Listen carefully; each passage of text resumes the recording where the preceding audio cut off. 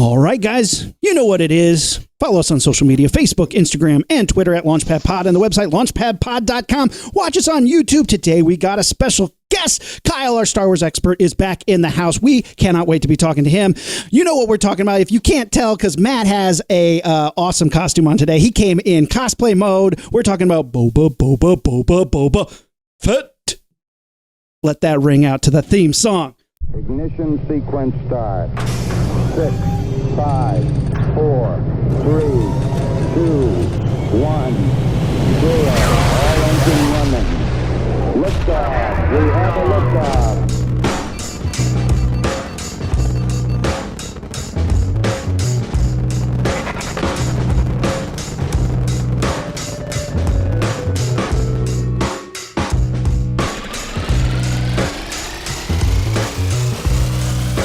All right, welcome to Launchpad Podcast. I'm Aaron. I'm Matt, and I thought you were going to do the Boba Fett theme song, which kind of sounds like a guy who wasn't ready to do the theme song. It's like, it's temp. We'll fill it in with actual song and music. This is just temp. Don't worry about it. I want everyone right now to go back to the 70s and remember a Francis Ford Coppola movie about a crime lord. Now imagine if he just went like this for 3 hours and was like, yeah, do that. Yeah, dude, that sounds like a good idea. Do that. But don't hurt anybody. Why isn't this working? That. Why am I not the Lord of Crime now? Why am I it's not? Like, I want to be a respected crime leader. Yeah, who are you? Some guy that just walked in? Okay, yeah, you give him a job.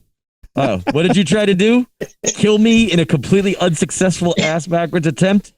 Okay, you can leave. No, wait, you want to work for me? Okay.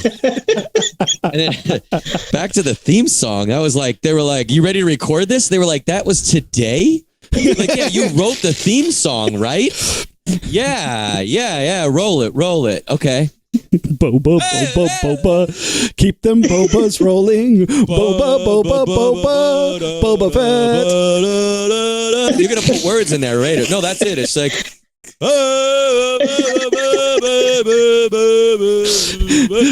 I make up songs while I change my son's diapers, and they rhyme and they are contextually about the poop on his butt and stuff, and we both crack up.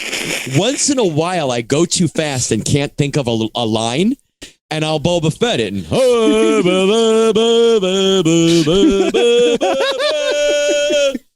oh my God. And then the show starts, and you're like, all right. You guys wrote a script, right? Well,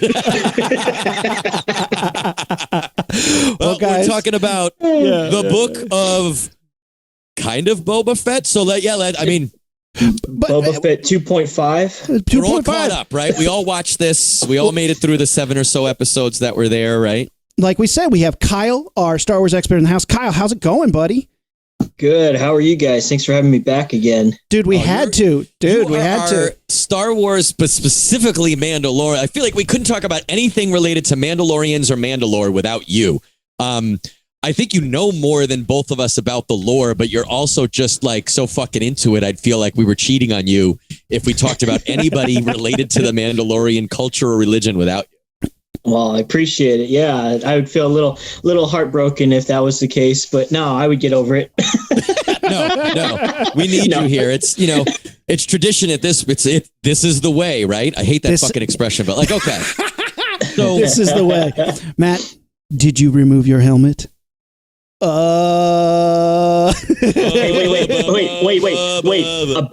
A new expression is, did you want your helmet polished?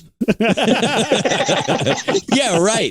And like, he's like, yeah. And then she's like, you can't be a Mandalorian. He's like, but I got the sword. Yeah. Did you just tell me how the sword was going to be the leader of the Mandalorians? Come on. You can fucking swing that thing without chopping off your own leg. You can rule Mandalore. Okay. Exactly. All right. Well, let's start at the beginning. It's Book of Boba Fett. We're talking about it. This is sort of the season 3 of Mandalorian, like sort of. Did you guys at the end of Mandalorian season 2, when they tease this, when he kills Bib Fortuna, gets on the throne, how big was everybody's boner? Were you excited? Were you like, okay, let's see what happens? Or were you like, oh boy? I was excited, dude. Yeah, I was super too. I was like super stoked. Yeah. I would say medium level, but I was like, okay, let's do it. Because Mandalorian, I loved Mandalorian 1 and 2. I thought both of those are great. And I was like, okay, let's see what you got. I think this will be interesting. Yeah, and here's the thing. I have realized if you have a character who wears a helmet and is nothing but an enigmatic badass, never show him any other way. Sure. Just we learned our lesson with Darth Vader. And they're like, let's test the waters again with Boba Fett. And like, look, we saw him without his helmet on in The Mandalorian, but we didn't get overdosed on it. And this one, it's like, oh, he's not going to wear his helmet ever, huh? You're just going to, oh. There was a deleted scene where he was actually bolted to a table and he goes, how are the Tusken Raiders? Are they all right? And the Emperor goes, in your anger, you went off and rode on the fucking speeder bike guys killed him or something. And he went, no! But at least, so my biggest complaint about this is that you kind of saw the cracks, the flaws in his character. Like, he wasn't this ultimate badass. He kind of just bumbled his way through everything. Worse than the Mandalorian, because you both remember Yeah. I said, like, Mandalorian has badass moments, but for the most part, he's just a regular guy trying to do his job, right? Yeah. And I thought Boba Fett would have been. We saw him be so badass in The Mandalorian, and this he kind of just stumbled his way through it. And it was like, okay. Mm-hmm. Okay. So here's the thing. When we first started watching this, I said, and it wasn't until we got to maybe the third episode. When he got a Rancor showed up and was like, hey, I'm going to give you this Rancor as a pet. That was episode, I believe that was episode 3. 3. So when the Rancor shows up, I was like, look, the show's not doing it for me, but if he rides that Rancor by the end, all will be forgiven. All will be forgiven. I can't say bad things if he rides that Rancor. And they fucking delivered on that respect. So guess what? I can't hate on the show as much as I wanted to. But I thought it was interesting. The first episode started out kind of strong, and it's funny because we see him escape the Sarlacc pit, and it's literally shot for shot as it was foretold in Parks and Rec. Which is hysterical. Patton Oswalt, famously in Parks and Rec, did a filibuster where he told his version of how Boba Fett escapes the Sarlacc pit, and they literally did it timed to his speech. The hand shoots out, come down from the twin suns, the hand shoots out. So we see him escape. It's kind of cool. We see him get kidnapped by Tusken Raiders and kind of begin his ascent to... Well, first Jawas steal his armor, right? And that's important for multiple reasons. But when the Tusken Raiders get him, he's just a dude in a jumpsuit, right? Yeah.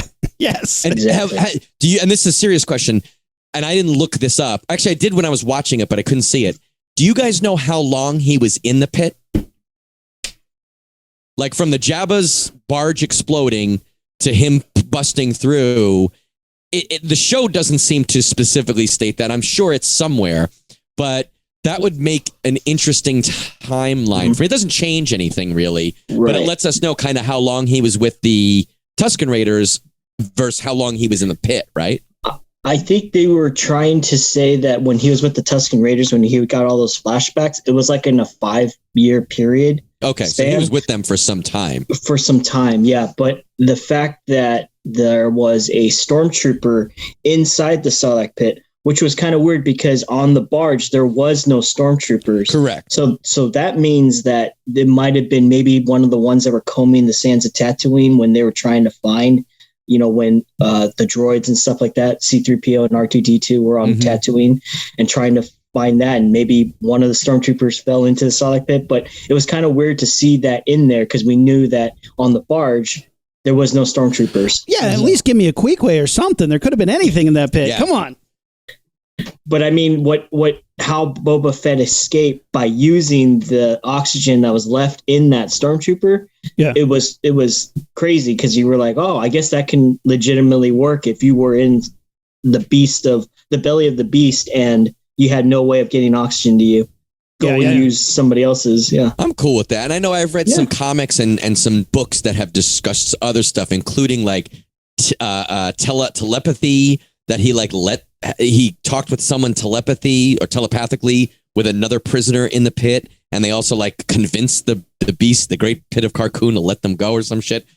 This is definitely a badass version of that. And possibly one of the best images of the show. I think Yeah. is him coming out like that. Well, and it worked. We got to see what happened. We've all wanted to see it, so I'm happy with that. I was disappointed that Dengar didn't show up at some point because, again, in the Tales from Jabba's Palace, Dengar is a big part of him like rehabilitating Boba Fett, but that's fine.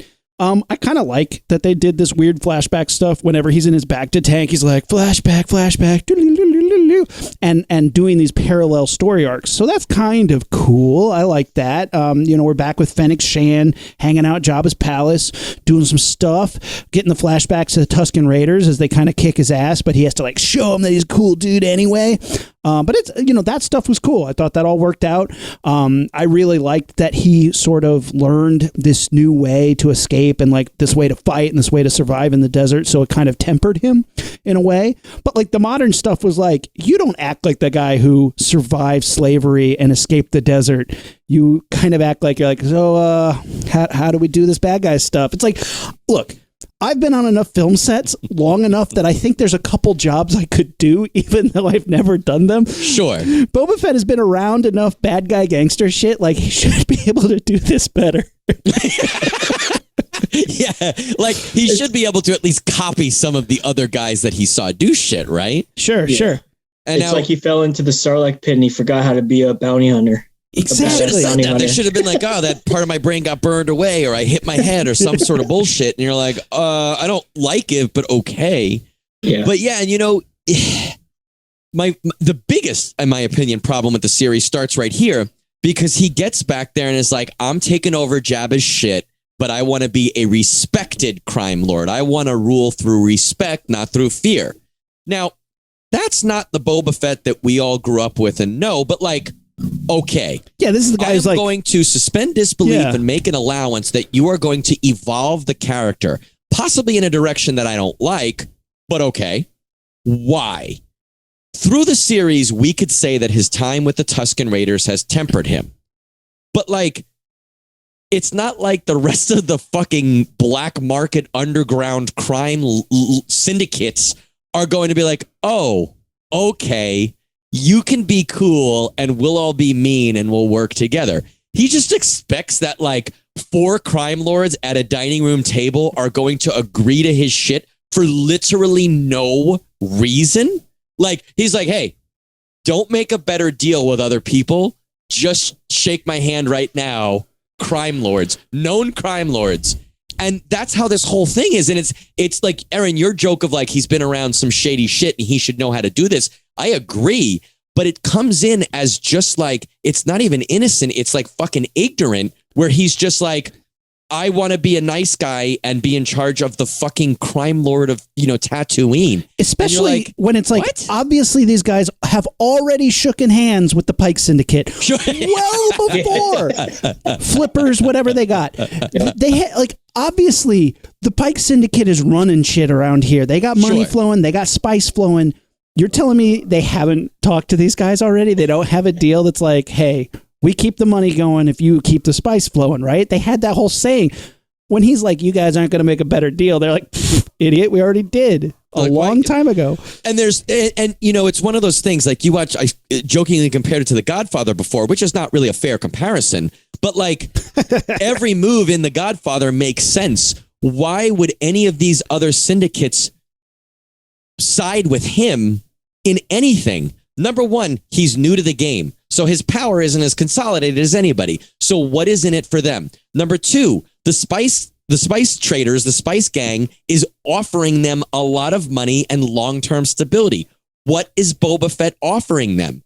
If anything, he has made the argument, which we don't see, I'm going to be a good ruler and consolidate everything, and everything's going to be great for everybody if I'm in charge. But like, even if they believed his word, how do you fucking back that up? It's very Che Guevara of him.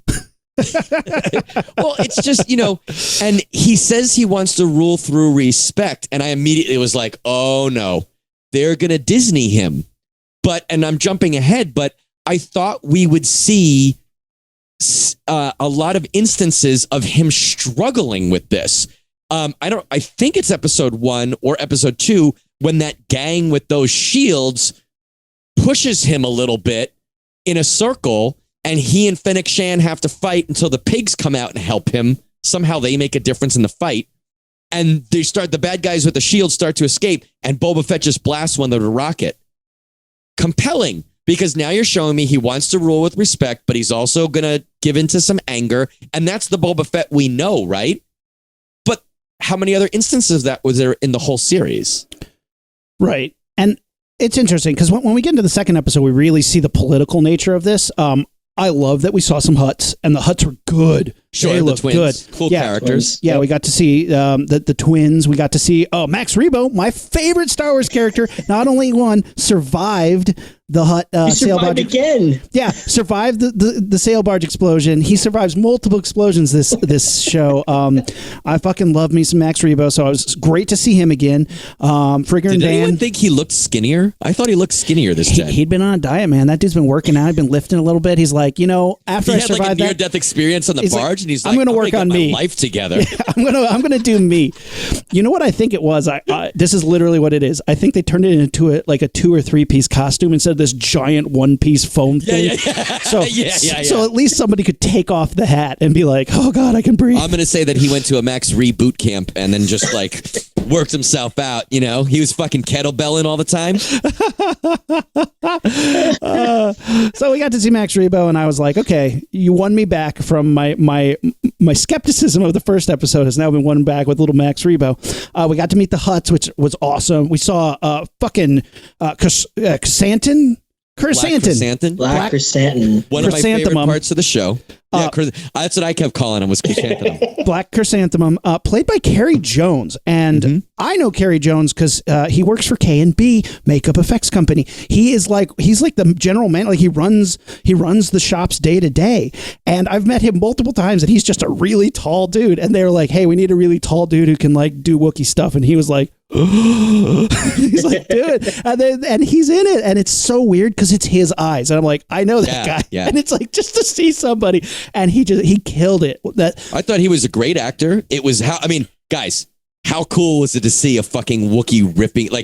We should have seen him rip someone's arms off, but how cool that we saw a Wookiee fighting, and because you think Chewbacca's got to be able to take 5 or 6 stormtroopers hand to hand, right? Easy. Yeah. It was great to finally kind of see that, but okay.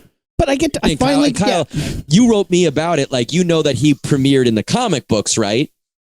Yeah, he premiered. I think it was the Marvel comic Darth Vader issue number 1, and it came out in 2015. I'm not a very big comic book person, so I don't know too much into that lore, but that's what I saw in my research, and yeah, it was. He's been in a bunch of comics, but like this show, the comics, I thought, in my opinion, were ho-hum, and his adventures in them were ho-hum.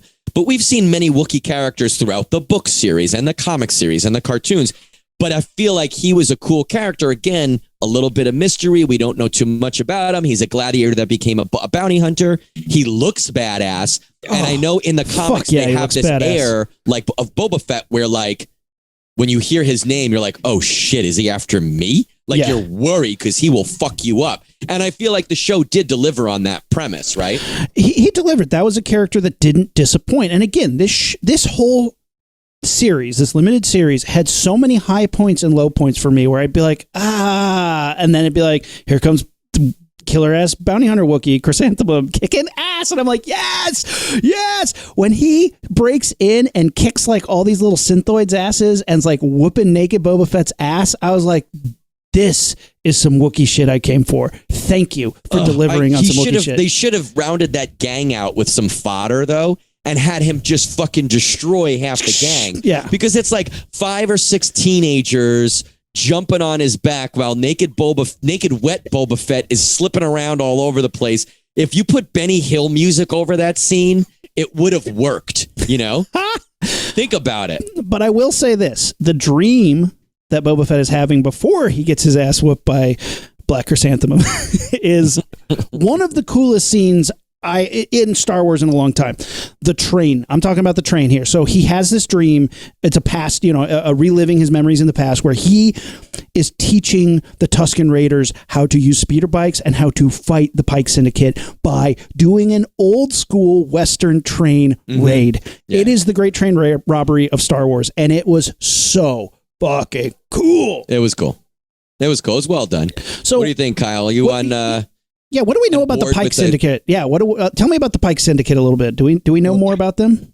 Yeah, the Pike Syndicate it came out in the Clone Wars, the animated series, and they were in there a bunch of times. And they're the crime lords that involve mining the spice on Kessel, I believe it is. So they were this alien race that just owns the spice and is in the crime lord syndicate that nobody can really touch them and stuff like that. So in this series, it looked like that was going to be the big bad from the moment that we saw them on that train raid where they finally stopped them in the middle of the desert and they pulled like you said, a Western train heist, which was pretty crazy because, it was kind of like Boba Fett was like the cowboy that was kind of lost and these Tusken Raiders were the Indians. And then so Boba Fett's trying to train the Tusken Raiders how to take down a train like that has all these weapons and is moving fast through their land.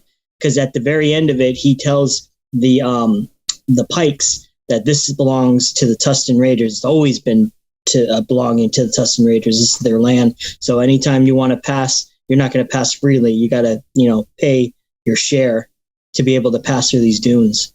So I thought that was pretty cool that Boba Fett was still taking charge, but at the same time he was doing it like not in a savage way, like how we kind of pictured he was going to be in this series, but he kind of took it a back seat and was more the respectful way because he learned it probably from these Tusken Raiders that respect will get you further than just wiping out an entire tribe. Well, and this one's called The Tribes of Tatooine. Again, a lot of tribal imagery, really, really rounding out the Tusken Raiders in a way that I thought was so cool because, again, in the original ones, they're just literally savages, these monsters of the wasteland. And then the Mandalorian really made them feel like a fleshed out, native peoples. A lot of, you could draw a lot of similarities to Native American imagery as the way they're a nomadic tribe and some of the way, their spiritual, it was very dances with wolves. Very dances with wolves. Samurai, you know what I mean? Sure. And that's fine. That's a great trope for this.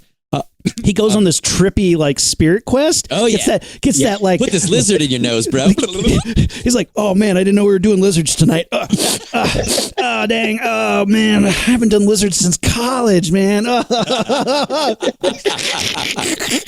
It's like, oh, this one's kicking in already. So he has to go down and like we get like the oceans from where he was born or grown or however Boba Fett. Planet Camino, yeah, Camino, the waves of Camino. Yeah, watch Jango Fett fly away. Bye. Bye. Don't get your head cut thought off. the Pike Syndicate was it had its roots in the 80s cartoon and toy series Dino Riders. Because if you look up those action figures, they were small, remember? And Kyle, you might be younger than us, so you might not remember these. But if you look up Dino Riders, there were two action figures. One was a snake head and one was like an ant head. If you marry those two together, you get a Pike. Everyone look it up right now. And they look just the fucking same. And I could not unsee that. Especially when they have their helmets on. Like the leader of the Pike Syndicate always had a face. Everyone else had a helmet on like we see them in the Clone Wars. The Clone Wars cartoon series. Well, they were marrying the image from the comic book and the image from the Clone Wars because there was a split there. Like in the comic books, we saw them without helmets on. They were fish people, but in the Clone Wars, they had the helmets on. They're like, so then they're like, no, that isn't their face. It's a helmet. You're like, oh, yeah, right. That's hilarious. Dino Rider, they ripped him off. I thought it was fun. That was a good episode. That was fun for that. I thought that episode, I think, it was super solid for me. That one really, really, the first one left me like, I don't know where they're going with this. The second one was like, okay, I could be on board for this. I actually think they're doing a good job. It's the third one that really swept my legs out of just like, no. Go into throw us out the summary of it, the important points. And chapter 3, the streets of Mos Espa. These cyborg kids show up and they're stealing water and they suck and they have these shitty bikes that suck and no, everything. They're cool bikes. No, they're not Star Wars, but they're like Naboo Power Ranger fun mobiles. The bikes. I see Kyle shaking his head. Do we have any sort of basis for these guys in anything else? No, nothing in anything else. What they're trying to emulate is what I found out through my research is I guess there was a biker gang in the UK back in the 60s, and they were called the modifications. And they rode these colorful Vespas just like how they were in this episode. So what they did is they took that idea and they put it in the show. So all these mods, these teenager Vespa riders, right, looked out of place in this because everything's desert looking, gray, sand color looking. And all of a sudden you got these rainbow colored Vespas that are cruising down the streets of Mos Espa, right? Not like a Cadillac in your 6'4", but yeah. Well, anyways. But on top of that, like they must have waxed the shit out because they were impervious to dust. They weren't dusty. They weren't dirty. They didn't look like they... Like, I don't mind if they're colorful. I don't mind if they're ridiculous. Like, because I am looking at pictures here. Because you said that, this is actually very interesting. The mods, and there's literally a picture, and this guy has like 90 headlights on his car, and this person has a million little like rear view side thing. So seeing that makes sense, but in the sense of Star Wars, they didn't make it fit. It felt so out of place, and then whenever they drove around, it didn't look good. You have so much money to make Hutts look good and Rancors look good and all this space stuff, but you can't make a Vespa move correctly. Like, we have one of the worst chase scenes I've ever seen filmed in this episode where they're chasing this Twi'lek guy around, and it's like the slowest, most like, again, throw some Benny Hill music on, it would fit right in. They're going through fruit carts, they're smashing through paintings of Jabba the Hutt, and you're like, what is happening? Ralph McQuarrie paintings of Jabba the Hutt, right? Exactly. But then that was also, an Easter egg, yeah. The top-down shots, I can see off the set. I can literally see off the set. I can see that it's a facade, and I'm like, I work in VFX. I fix that shit all the time. Oops, we saw off the set. We better fix. You have so much fucking money. How are you not just fixing the set that I can see off of? Well, it's like you get. It's easy to nitpick stuff, right? But I'm thinking like overall. First of all, if those bikes looked like Luke's land speeder in A New Hope, ding it up, get the paint off, mod it, make it badass, but mod it in that world. If these kids have these beautiful bikes, and I've read some stuff that said they were homages to American Graffiti and hot rods and stuff, and all that's fine, but why would, derelict punk kids who are stealing water have these gorgeous bikes? I mean, like, off the top of my head, make them rich kids from a nearby town who come in here and fuck shit up because they can. You could still have the same thing where they confront Boba Fett and for some reason he offers them a job, like he offers everybody a job. But like, it doesn't, like, a lot of people say it doesn't look Star Wars. And I agree with that, but it's deeper than that. The whole idea of it doesn't fit in this story about a up and coming crime lord in one of the seediest areas of one of the dirtiest planets. Why would any of this happen? I'm looking at the actual pictures of the 1960s mods. They look cooler and more Star Wars than they did in Star Wars. These things look beat up. They look punk. They look gnarly. Like they literally are scavenging garbage from wrecks to put it on their bike and make it look cool. This looks more Star Wars than that did. How can you pull that off? Right. How did you mess that up? That it looked too clean. It didn't look like it fit in the junky world. Like if they were just scavenging junk like Jawas and like building these bitchin' like scooters, fucking cool. But like literally, I'm looking at ones that look way cooler than the ones we had in the show. It's almost like when you watch Phantom Menace and you're like, none of this looks like Star Wars. And you can make that argument or make an argument against it. But I felt that way, right? Yeah. It's almost like if you were to take, now follow me here, a Naboo starfighter and put it in this world, you'd be like, that looks out of place. But at least, jumping ahead, when they do that, they modded the shit out of it so that it fit in this universe. This is like taking some episode 1 shit and shoving it in. And the thing is, there's no context for it. Like I said, if you could make them like the Socs from Outsiders, the rich kids, that at least is a context for them to have these nice bikes. You got to make it work, but at least it's an idea. This is just like, oh, there's these good bikers who have good bikes and robot parts that really don't come into that much of a play. Like, it's not important. Okay, fine. Fine. It felt like they were just filibuster character, right? Just a Phil character for the episode, and they didn't really serve a significant purpose other than the fact that Boba Fett wanted them to join so he could build his army for himself and to take over, Tatooine. And make sure that everybody respects him. That was the premises of it. This isn't really. It shouldn't have been called the Book of Boba Fett. It should have been called like the Wikipedia of Boba Fett. It's like just some of the points, and kind of when you read through them, they don't necessarily tie together or make any sort of sense. It's just a broad overview. That's how this series felt. But that kid's drinking out of a Boba Fett mug, isn't he? Yeah. Oh, Mandalorian. Very, very nice. Yeah, but the third episode scared me. Literally scared me because I was like, oh my God. And look, my wife kept me watching. She goes, it wasn't that bad. I'm kind of into it. Let's see where it goes. Yeah, if she has a crush on guys with robot eyes. Yeah, if she had been like, thing. I'm out, I would have been out. I would have been out. Episode 3 was so rough for me, I would have been out.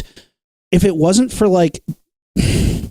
I don't know. Like you said, the Rancor, right? If it wasn't for the Rancor, at the very last bit of that episode. Is that episode 3 or is that episode 4? Well, that's the end of episode 3. End of episode 3. That's when like we were talking about Black Chrysanthemum. Wakes Boba Fett up from his wet dream. Yeah. And at the very end when Black Chrysanthemum couldn't even kill Boba Fett and the Hutts come back to retrieve him. A sleeping Boba Fett, yeah. And the Hutts come back, the twin Hutts come back to, take him back. And Boba's like, here's your assassin that was trying to kill me but failed. And then they're like, oh, well, here's our gift for trying to kill you but not kill you. And here you go. Here's a Rancor with Danny Trejo as your Rancor keeper. Fucking awesome. Yeah. Fucking awesome. I was on board for that. That was fine. Yep. And look, the Rancor looked great. Like, I know a lot of it is there's a full-size Rancor head. There's a puppet Rancor that they had and some other Rancor pieces, but like, it looked great, and CGI. It looked awesome. They did a great job with it. Danny Trejo, even though he's only in that one episode, great to see him. And like that, again, when I saw that, I was like, everybody keeps giving Boba Fett shit for not having a litter, like people carrying him in on a rickshaw or something. And I was like, that dude's going to ride in on a Rancor. And if he doesn't ride on a Rancor, I'm done with the show. I'm going to shit all over it.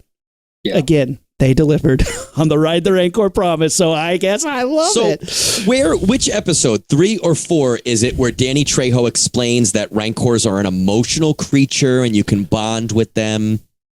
Was that 3 or 4? That would be episode 4, because episode 3, I think they just had brought the Rancor in. That was like the end of that. Right, and he was tied to the the barge, right? Okay. So episode 4, they have Danny Trejo, a Rancor with blinders on, and Boba Fett are standing talking about the Rancor, talking with Danny Trejo. And Danny Trejo explains that they're fierce fighters. They're used as gladiator beasts. And, these witches once rode them. And it's allusions to video games and comic books and the Clone Wars. It's awesome. It's great.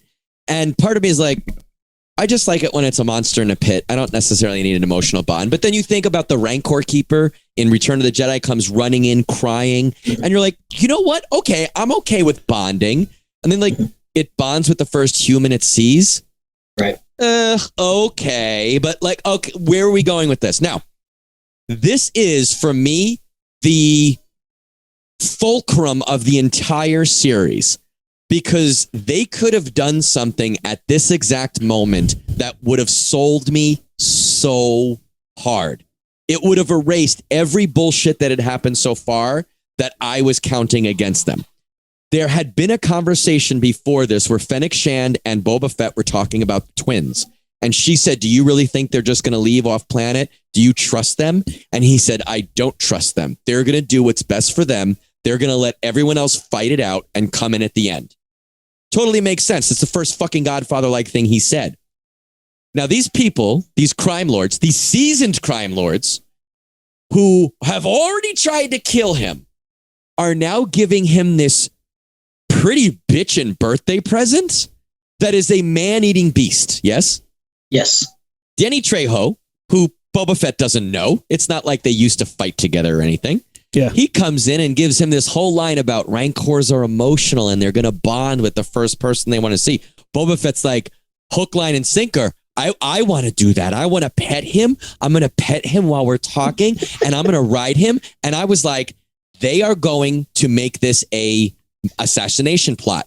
Danny Trejo is lying through his teeth. He's going to take off those blinders. This Rancor is going to go fucking ape shit. Boba Fett's going to have to push it into submission. Same with Danny Trejo, and earn that Rancor ride. And I was like, that's going to be fucking awesome. Wah, wah, wah. Now think about it for a second. How cool would that have been in the entire context of what's happening? You now have these crime lords who have now for the second time tried to assassinate and take advantage of the new crime lord who's trying to do things his own way. He has to, don't kill the Rancor, push it down into submission, make that thing respect you. That whole emotion line is bullshit. You have to be the master. Now he's proven to the other crime lords not to fuck with me because I single-handedly in a dungeon beat a Rancor. Right? Wow. That would be fucking ties awesome. into the conversation that has just happened about, do you trust the twins? No, I don't, because they're fucking crime lords. Yeah, but they literally sent him a Rancor which literally is the thing that stops everything else from the plan from working for the Hutts later. Right. Why would they? You are a crime lord family. Why would you give him a fucking Rancor? It makes no sense. Especially if, like Boba Fett predicts, they're just going to try to double cross him later. Why would you give him such a cool present anyway? For me, that put them behind so far because to me it made so much sense. That's the thing. To do that. Episode 3 sucked, and it really was a detriment to what we were trying to do, what we wanted to see, what we wanted to hear. But episode 4 was like, hey, forget all that shit. Let's do a massive flashback episode where he goes and gets his ship, which we shall not be allowed to say its name. Yeah. I'm fine with that. Are you guys fine with that? I don't care. Yeah. What? No? You don't like it?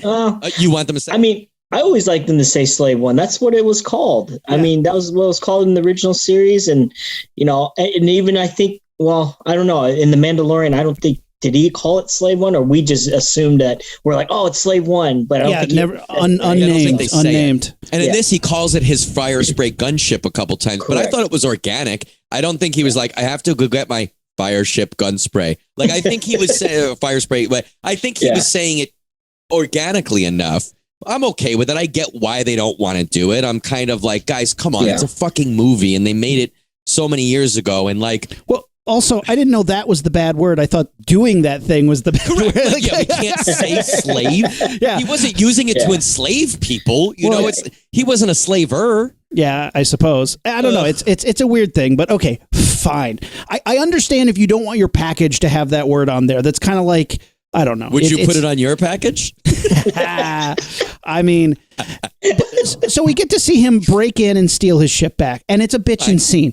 And it kind of is like, hey, we know the last episode kind of sucks, so we're making up for it with this bitchin' fight scene. And I'm like, okay, but it's not progressing the story. What about any way, shape, when they're or form? Sneaking around the kitchen and like fighting robots, and that's fine. But then, and then they're sneaking and they're like, oh no, that little rabbit robot's running around. Catch it so it can be in a scene later at our house for some reason. He catches that robot and like takes it back. I was like, this is that fucking Transformer, the scene in the first Transformers movie where the Autobots are like dancing and hiding around the house while the parents don't know. I was like, why is Boba Fett fucking around with a little robot? And he's like, he picks up the robot. Do you know who I am? Yeah, because you keep taking off your fucking helmet and telling everybody that you're Boba Fett. He says, there's advantages to people thinking you're dead. I'm Boba Fett, Boba Fett, Boba Fett, Boba Fett, Boba Fett, Boba Fett, Boba Fett. Hey, Boba Fett's here. Boba Fett. Even did you see that Tamora actually had an interview where he said, I think I talk too much. I think I have my helmet off too much. I was trying to give my lines to Fennec Shan because I shouldn't be talking so much. No, anyway, he should be, he should be way more stoic than he is. And it was he shouldn't be chasing robot rabbits. Look, I liked the robot. The kitchen robot was kind of cool. The rabbit robot was a little silly, but the kitchen robot with the machetes, like the meat cleavers, that's cool. But like him stealing back his ship and fighting their way out of there, and then being like, first order of business, I'm gonna fucking never ending story these bullies. He fucking steals that thing and goes I'm and fine with shoots up the biker gang. Fucking cool. No, that's one of those things that, like, when he wrist rocketed that dude, you're like, okay, so you are still the same Boba Fett. You're trying to evolve into this respected leader, but you're still showing people not to fuck with you sometimes. But like, okay, fine. We get to see how he saved Fennec Shan's life with cybernetics. He goes to the mod parlor and we see the guy who does the mods is fucking Thundercat. Now, I know you guys aren't like huge jazz bassist producer fans, but Thundercat is part of the West Coast Get Down and a huge like producer in the world of like beats and jazz and all sorts of stuff. He's awesome. So it was cool that he was there, If but it also was like Lion-O, I would be more impressed. Hi-oh, Thundercat. If he had that wrist thing and he went thunder, shing, Thundercat. But he had a fun little like Inspector Gadget arm, so okay. But you know, he fixed her up. That's cool. And then you know they steal the ship. That's cool. They blow the fucking shit out of the speeder bike gang. That's cool. Then he goes back to the Sarlacc pit. And he's like, armor, are you there? Armor, and the Sarlacc pit's like, blah, blah, blah. And he's like, armor. Are you down there? Well, this is like it's the equivalent of like when you're in a horror movie and the beast gets stabbed or shot or knocked down, and one of the main characters puts their face right up to the possibly dead werewolf, and everyone in the theater is like, first of all, either kill it more or leave. Don't do what you're doing. Second of all, you don't lean in face first into the werewolf. So this unnamed fire spray gunship is now lowering face first into the maw of the great pit of Carcoon to like, what did he hope? He would see the armor right there? Now, also, He's like, wait, he goes, wait, let me turn the flashlight on. Get the fuck out of here, you respectful gangster. Also, as you said, it has a name, the Great Pit of Carcoon. He literally went and destroyed like a national like monument. Like he like went to Yellowstone. That's the equivalent of me driving my car up to Yellowstone National Park, right up Getting stuck in it. In the geyser, getting stuck in what is it, Old Faithful, getting stuck in it, and then like throwing a grenade down and being like, suck it. Suck it. Oh no, the best is if you got stuck in it and then made an extra hole to get out, and then you went back and blew it up, and they were like, why'd you do that? And you're like, I thought my hat would be in there. Major plot hole too for me, because why would you think it would be in there? Yeah. You knew you got out with it. Did you think, right? Like, what did you think happened to it? Like, that makes, if you think about it, it's almost maddening because it makes absolutely no sense of why you would think that would fall in. Like my 3-year-old son would be like, no, why would that be in there? No, right? Literally, I didn't need a reason for him to go back. He could be like, I'm going to fuck this biker gang up first, and then I'm going to shoot the fucking Sarlacc in the face. Sure. Yeah. I don't care. This is just a spite mission. I'm going to start being a respectful gangster tomorrow. Right? But today, I'm strafing a biker gang and I'm shooting a monster in the face. Right in his mouth. That's my fucking signet now. Put that on here. I want you to put a fucking Great Pit of Carcoon with no face. Hey, but the sad part was it wasn't even Boba Fett that killed the Sarlacc. It was Fennec Shan who freaking pushed the button to drop the freaking the photon bomb, and it did the whole episode 1 where it just boom and it blew it up from inside out. She is more Boba Fett than him. He just keeps being like, "Hey, can you get that for me? Hey, can you get that for me? Hey, they enter a meeting and she's like, we shouldn't do that because they're crime bosses." He's like, "Okay, let's keep an eye on it. Thanks for your input." Yeah, so he hires Chrysanthemum and then has this banquet where all these like crime bosses are like, yeah, we don't really want to fuck up the Pike Syndicate. He's like, okay, all I'm asking you is to not like turn against me when I go fight them. And they're like, yeah, sure. But they're like, literally, nobody in that room is like, you can't see them all like looking at each other, like being like, yeah. Yeah. Spider face looks at lizard face, looks at dog face. And they're like, okay. They all have their fingers crossed under the table. They're just just kidding. Yeah. Sure. I give you my word as a crime lord. It's like, all right. But remember, You promised. Okay. He literally should have dropped them all to the Rancor All at that into the moment. Rancor. Yeah. Yep. Yes. That would have been the Boba Fett thing, being like, I just wanted you guys, and they're like, why did you bring us here to feed us if you're just going to kill us? He's like, oh, I wasn't feeding you, I was feeding. There's for the my fucking Rancor. line right there. We just saved this series twice today. See, we should all be writers for the show because that would have saved everything for the first 4 episodes of that show. Would have been dropping all those lords into the pit. The Rancor eats them. Boom, move on. Let's go to the huts now. You know, Right? But like the war would already have been on. But then you still get everything that happens later. Right. Killing those dudes first doesn't stop anything. It's just him trying to be like, no, I'm going to do it differently. Great. Okay, fine. but Can you imagine, like, just wait, time out for a second. You have fucking a Trandoshan, the 3 Trandoshan crime lords go back to the Trandoshan lair, and they're like, so what happened? He's like, well, first we had hors d'oeuvres, and Matt Berry was 8D8, not torturing droids, but I don't know, like a butler consigliere now? Like, oh, but what happened with the meeting? He asked us not to fight him. Okay, and then what happened? He has a Rancor now? Okay, but then what happened? Dessert? Like, yeah, what? Like, oh, wait. He's like, what did he offer us? nothing. Come to think of it, nothing. nothing.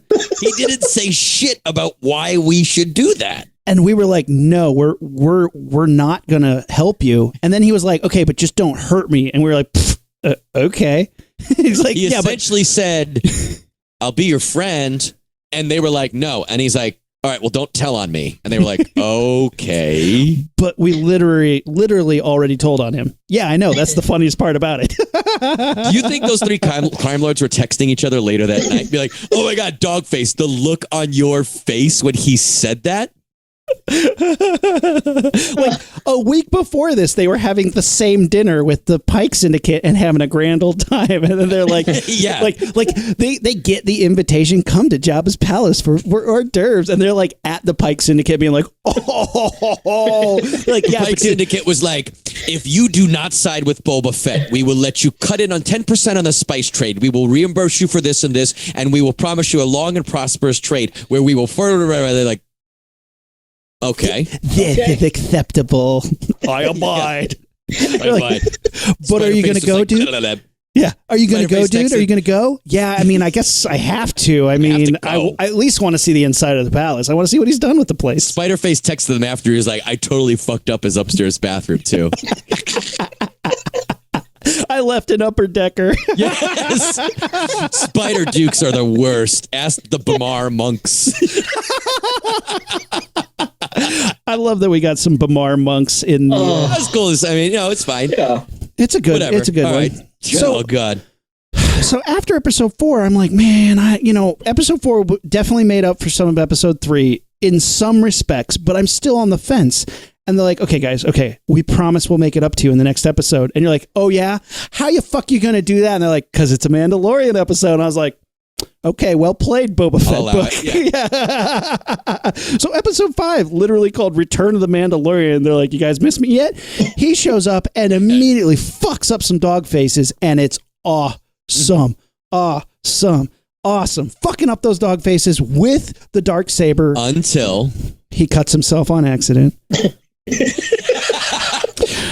Matt, you don't get any room to laugh. I've seen you play with a lightsaber and whack yourself in the face. So we've all done it. We've all done it. Anyone who has picked up a toy lightsaber has whacked themselves somewhere on their body at some point. So you can't give him shit. You can't give him shit. It's stupid. You don't want him to happen. he's covered in armor and should have been practicing. And like, I get that they go into that. And again, it's not the flavor I want, but I like that they addressed it, and I like that they talked about it. I thought later on he's explained, or him and the forger, what's her name? Not the forger. The armor. The armorer are talking about the forger is the one who makes like the fake checks for the Mandalorian. The armorer is explaining. She's behind the scenes right now. She's not shown. I like that he explains that it feels like it gets heavier as I use it. I'm like, okay, that's cool. I like that. Tell me more about that. That's interesting. But then she, they're talking about it, and she's like, the fucking, if you win it in battle, you're the ruler. Some idiot gives it to you, curse. Okay, again, you're giving me more. And Kyle, I feel like this is like your jam right here, because you're our fucking Mandalorian expert. The only reason I know who Paz Vizsla is because of you, Kyle. So when he was there, I was like, this is Paz Vizsla. And Kate's like, you don't know that shit. And I was like, okay, all right. I heard it on my podcast. My friend Kyle told me. My friend told me about this guy. You want to tell us a little bit about that, Kyle, and the flashbacks and stuff that we see in this episode? Yeah, so in that episode, we see Paz Vizsla, which I believe I remember Matt saying that his name was Brian, Beefcake Brian, from our episodes beforehand. So Big Beefcake Brian is back. That's right. But AKA Paz Vizsla, who's voiced by Jon Favreau again, and the armor. So as you see, the armor's still there. They're trying to redo their covenant because they're the only two that are left from when they left. I forgot the planet's name. Tatooine 2 from the Mandalorian. Yeah, Tatooine 2. There you go. We'll call it that for now. But yeah, so it's just two of them left, and the armor is trying to teach the Mandalorian Din Djarin how to wield the Darksaber, because he's saying that the Darksaber is getting heavier with every time that he uses it. And she's like, well, you're not letting the blade, you're not letting the blade teach you. You're trying to wield it with your strength. And so she's actually counting to him in Mandalorian. I don't know if you guys caught that. She was saying like 1, 2, 3, 4, but it was in the Mandalorian. Damn, I didn't even realize you spoke Mandalorian. No, it was something that was brought up, and I saw like a lot of YouTube things, and I researched it. So yeah, she was speaking to him in Mandalorian language. So also, at that time, now that the Darksaber was in the possession of the Covenant again, Paz Vizsla, you could kind of see when it was being passed from Mando to Paz to the armorer, that Paz looks at it. It's because it was in his family first with Terra Vizsla and then Pre Vizsla. So it just brings it full circle. So he's like, this Darksaber should be in my possession. This should be mine to wield, not yours. So he ends up dueling Mando on this bridge. They take off their jetpacks, which is I don't know why anybody would take off their jetpacks knowing your death is going to be going over instead of being, killed by the Darksaber. If you rewind to the beginning of that scene, I love that they decided to fucking train with this heavy sword that we know he can't help but cut his own leg off. You're training on a catwalk over space? I think Disney was just like, what can we do to make this the coolest thing ever? Let's do it over nothing. Sure. And it's cool. It's a great atmosphere. But I'd be like, can you imagine learning how to drive like on top of a building? You're like, there's not a lot of room for curve for learning here. Yeah. So it was just funny. And they have a duel. And so, Mando goes and strikes, and then Paz Vizsla throws him onto the other platform, kind of like how it was when the Darth Vader threw Luke. Hey, nice shorts, Matt. Yeah, man. That for you. Where'd your camera go? Anyways, I had to plug something in, so I figured I'd give everyone a show. I guarantee that's what you just saw here. If you're watching the YouTube, it's better than anything you saw in 7 episodes of this show. There you go. Exactly. Except for episode 7 itself, which is the only reason why the show still has my respect. No, this is a good episode though. So yeah, he beats it. Mando wins, but sort of. And then she's like, the armor is like, yeah, but did you take your helmet off? And it's like that moment from the great meme with Anakin. Yeah, but did you take your helmet off? did you take your helmet off? He's like, yeah. She's like, well, guess you can't be a Mando anymore. And he's like, what? Come on. She's like, well, you got to go cleanse yourself in the cooling waters of Lake Minnetonka. And he's like, oh, okay. Where's that? Where do I gotta go? A Purple Rain reference for those of you, for the Prince fans out there. There's a lot of overlap between those two worlds, those two fandoms. Yeah. So, it's interesting though. I do want to bring up something before we get too far away. This has my favorite shot in any of the Mandalorian, and here's how it goes. After he kills Matt, that shot, camera up, dude. Literally has the coolest shot, and it's the best use of this LED screen that we've had in any of the series. And this is what it was. He has the head of the bounty. He's walking down this platform. He gets in an elevator, a glass elevator, so we see it move up. He comes out of the elevator, walks in, goes down, drops the head on a table. The camera rotates around the table in one continuous shot. He tells him, I don't want to hang out and party. I'm fucked up because I cut my own leg up with a lightsaber.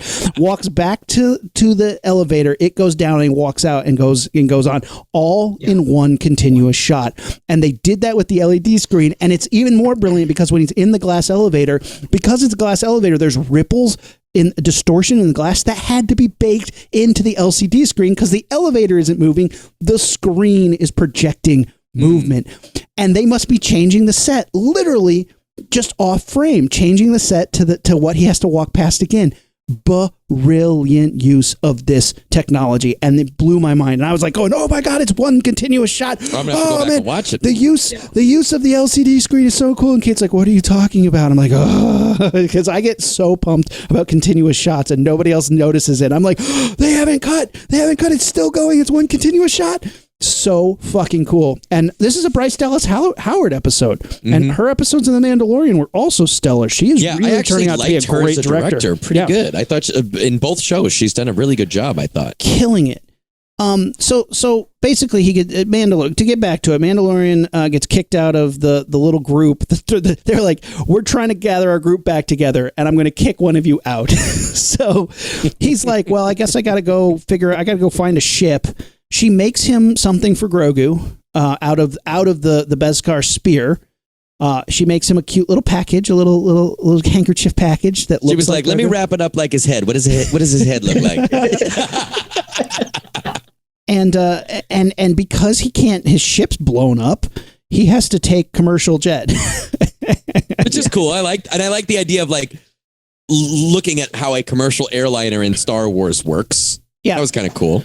Kind of brought you back to like space tours from Disney. Yeah, like, Star Tours, right? Here you go, load everybody in, load everybody out. You can't bring your weapons on. 100%. Yeah, like that. He's like, well, okay, I'll give you my weapons, which we've already covered as my religion, and I also have this sword that, if it's possible, makes me the ruler of my entire religion and planet. But also, there's like some mystical bullshit about it. Suitcase here, check that. Check that.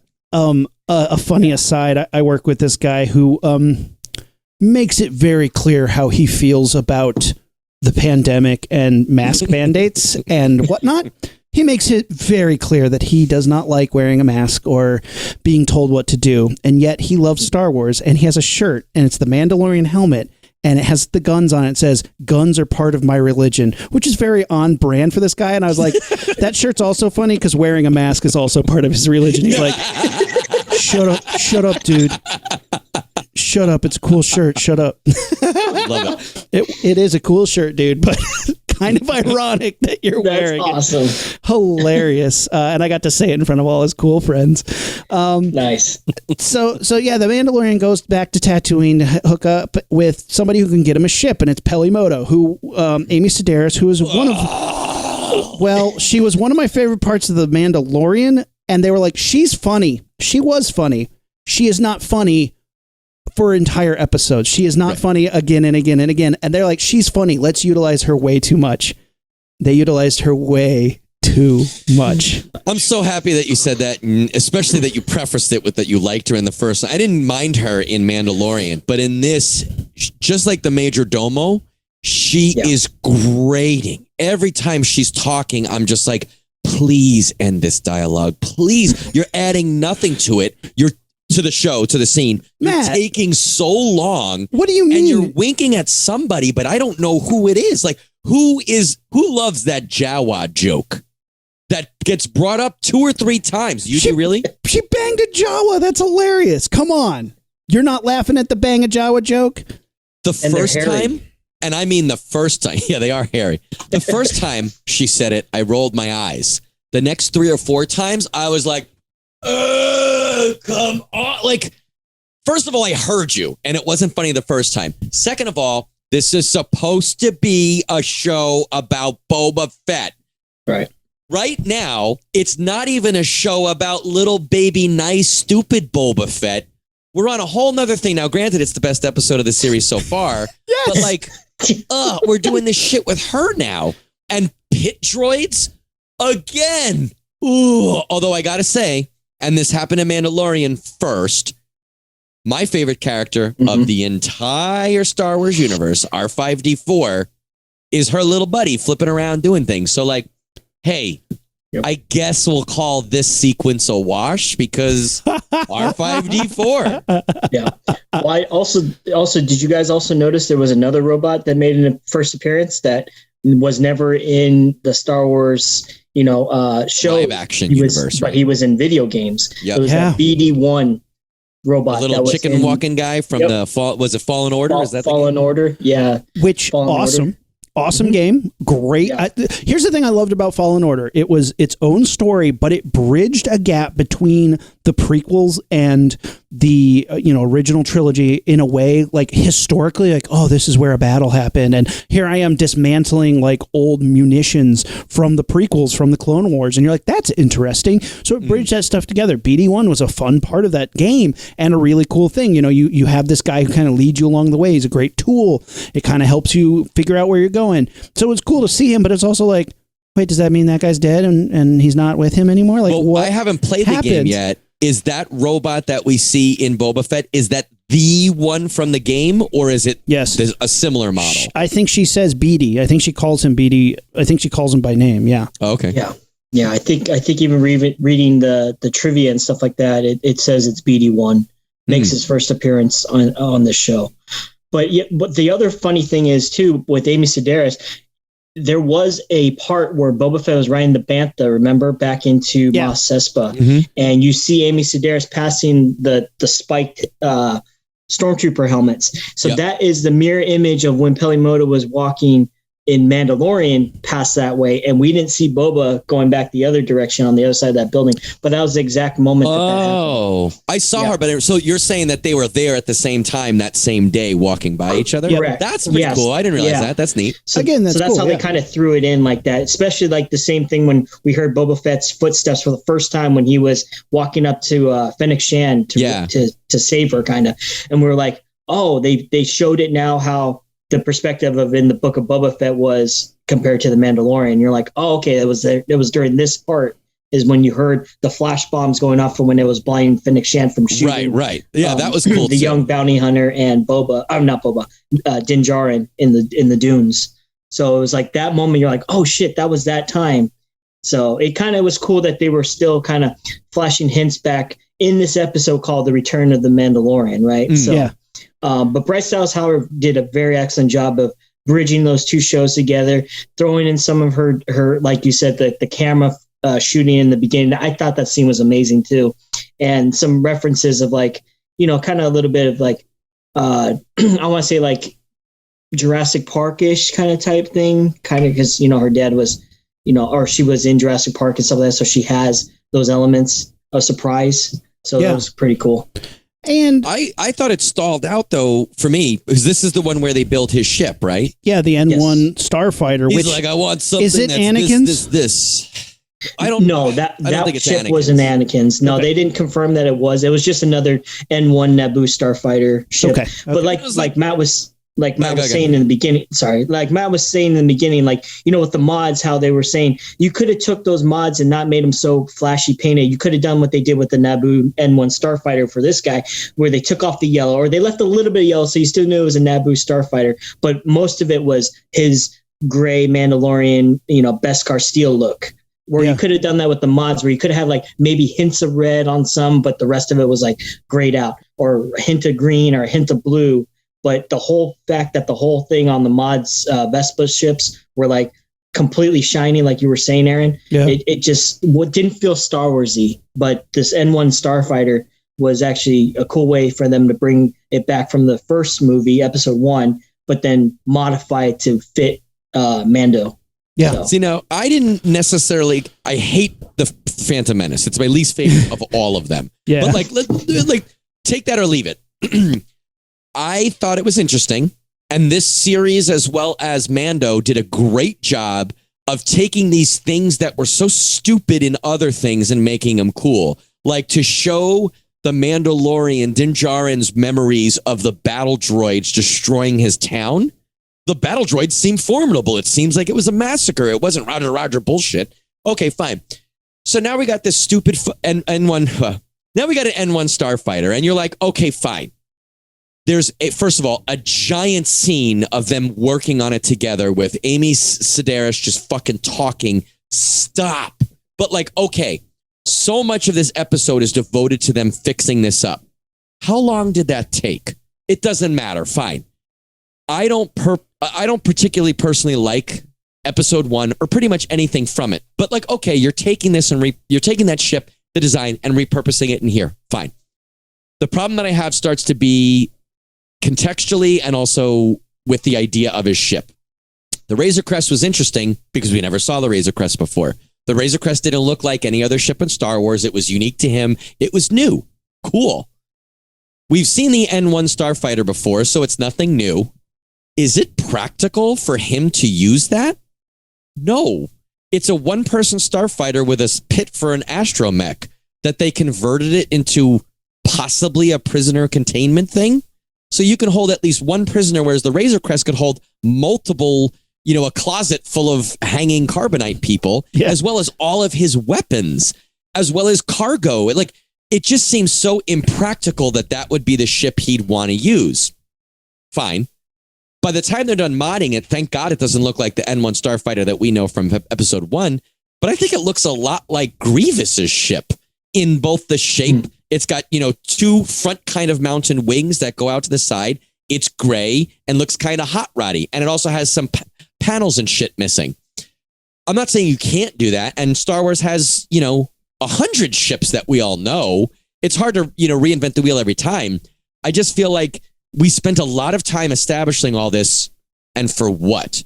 I thought maybe he would need a very fast ship at some point in this show. He doesn't. And also, it's one of those things like what I'm doing now, and you guys are just waiting patiently for me to shut up. You're like, can we get back to what we're supposed to be talking about? I've read a lot of stuff that people were complaining. This is the Book of Boba Fett. It should be about Boba Fett. Okay, I get that.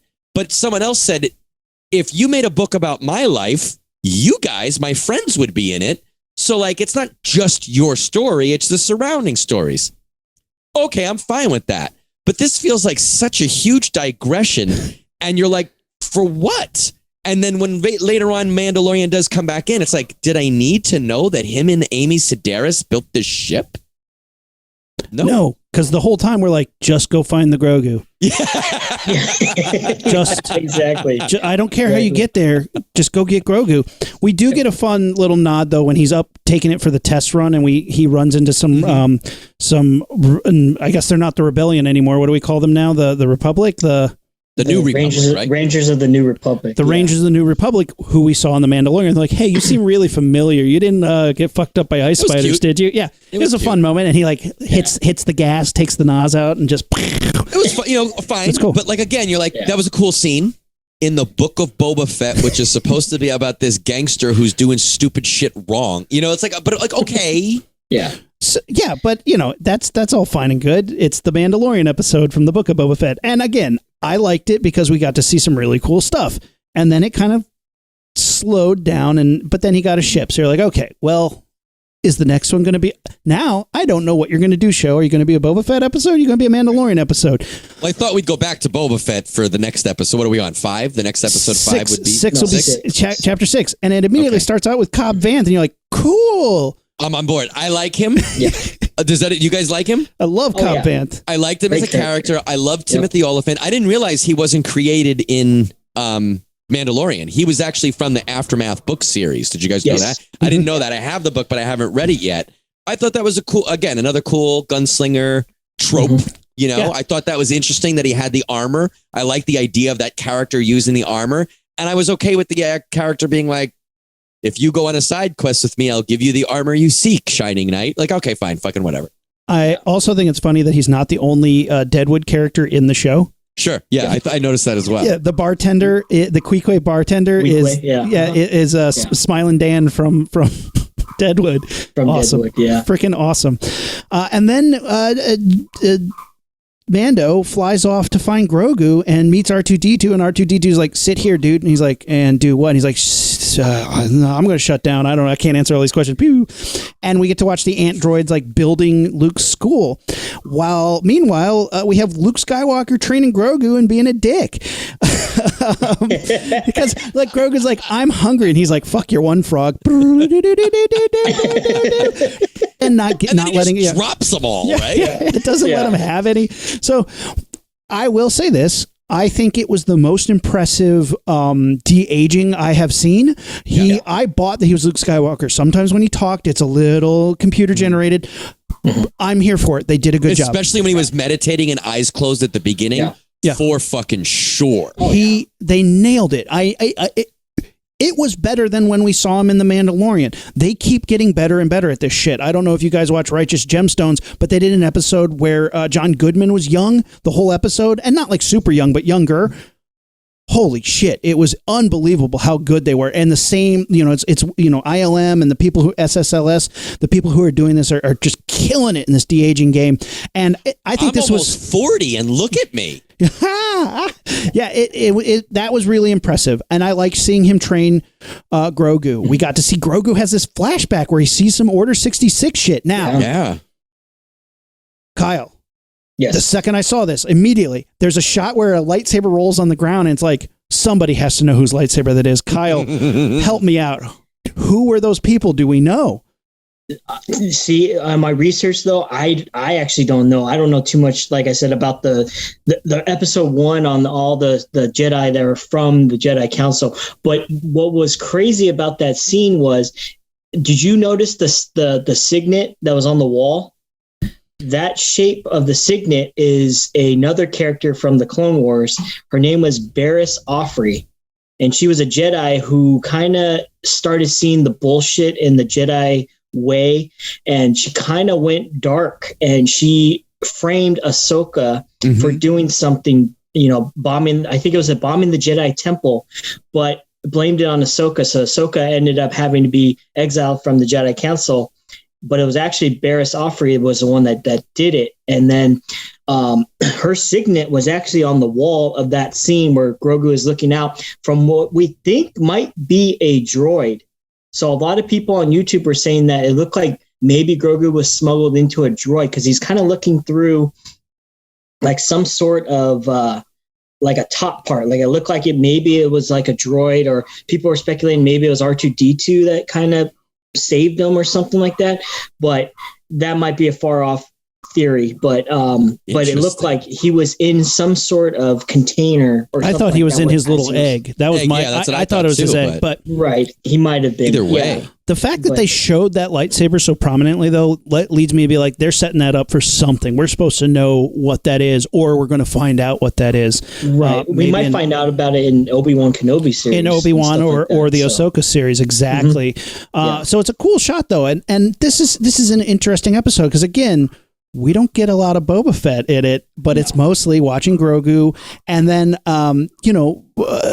Mando's not allowed to see him. Ahsoka shows up again. We get to see her again. And she's like, no, if you see him, it's going to like bust his training up. And he's like, well, can you give this to him? Can you give them my present? I was pissed off at that point. I was like, just let him give it to him. That would at least give him, like, at least Grogu will then be like, wait, he was here and you didn't let me see him? Fuck you. And then Luke Skywalker gives him this total Shogun assassin moment. He's like, choose the ball or choose the sword. Choose the sword and join me on the path to destruction. Choose the ball and join your mother in death. if you guys don't know, fucking Shogun Assassin or the Baby Lone Wolf and Cub series, fucking amazing. It's what Mando is very, very, very much sort of Very, mirroring. very, very much based on. Yeah, but Luke Skywalker says you can get the chainmail shirt that the Mandalorian brought for you, or you get Yoda's lightsaber. And you're like, wait, Yoda's lightsaber?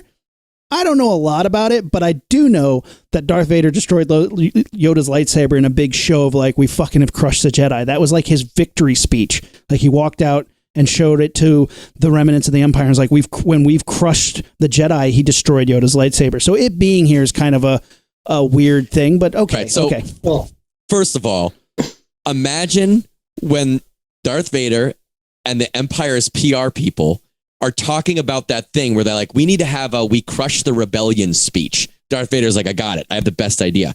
I'll fucking hold up Yoda's lightsaber and crush it. And they had a whole conversation about, should we hold up a standard sized lightsaber so that everyone can see it? Because Yoda's is like half the size. And Darth Vader was like, yeah, but Yoda was like, he's like one of the most prominent Jedi. He was on the council. They're like, we understand what you're saying, but as a symbol, is his lightsaber really, visible from the crowd? Where was that? Do you guys know where we see that? no. Where Darth I Vader read that crushed they Yoda's do lightsabers? break it in a display of. It's Aaron, do you remember where that was from? it's in the comic books. Oh, it's in the comics. Yeah, that I read that though. I only Okay. I heard it was in the same with comic me, books. but I didn't see where it was. Okay. But Yeah. Yeah. the thing with me for this episode, for the whole episode, is it's really cool to see Luke training him. However, Yeah. and like it's very easy, and everybody online is ripping on Luke for being, only a Sith deals in absolutes and all this other stuff, and it's justified. But like, he kind of comes off as a dick. Yeah. It'd be one thing if he was like, if they made the scene like, now Grogu, I know this is a hard choice, but you can only pick one. But it almost is like Luke is smirking. He's like, you want the lightsaber or do you want the shirt? And it seems like he's being like fucking devious almost. Well, like he's not my Luke is how it feels. He's withholding. There's no reason for him to make that decision. There's no Sure. reason for him to make that decision.